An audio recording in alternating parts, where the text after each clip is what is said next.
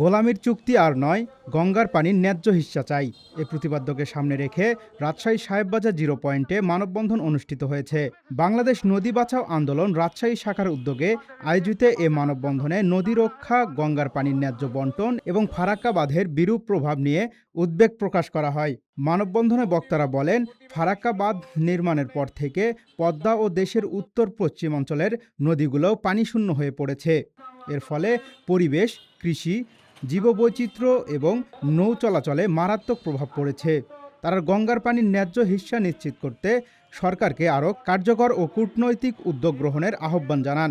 মানববন্ধনে সভাপতিত্ব করেন বাংলাদেশ নদী বাঁচাও আন্দোলনের রাজশাহী শাখার সভাপতি ইফতেখারুল আলম মাসুদ এবং অনুষ্ঠান সঞ্চালনা করেন সংগঠনটির সাধারণ সম্পাদক আহসান হাবিব। মানববন্ধনে উপস্থিত ছিলেন বাংলাদেশ নদী বাঁচাও আন্দোলন রাজশাহী শাখার উপদেষ্টা ওয়াসিম হোসেন ও যুগ্ম সাধারণ সম্পাদক সাদিকুল ইসলাম স্বপন, রাজশাহী বার অ্যাসোসিয়েশনের সাধারণ সম্পাদক, রাজশাহী সাংবাদিক ইউনিয়নের সহসভাপতি মঈন উদ্দিন ও সাধারণ সম্পাদক ডালিম হোসেন শান্ত, কবি ও সাংবাদিক সোহেল মাহবুব সহ বিভিন্ন সামাজিক, সাংস্কৃতিক ও পেশাজীবী সংগঠনের নেতৃবৃন্দ। জাকারিয়া আল ফয়সাল, ডেইলি সিটিজেন ভয়েস।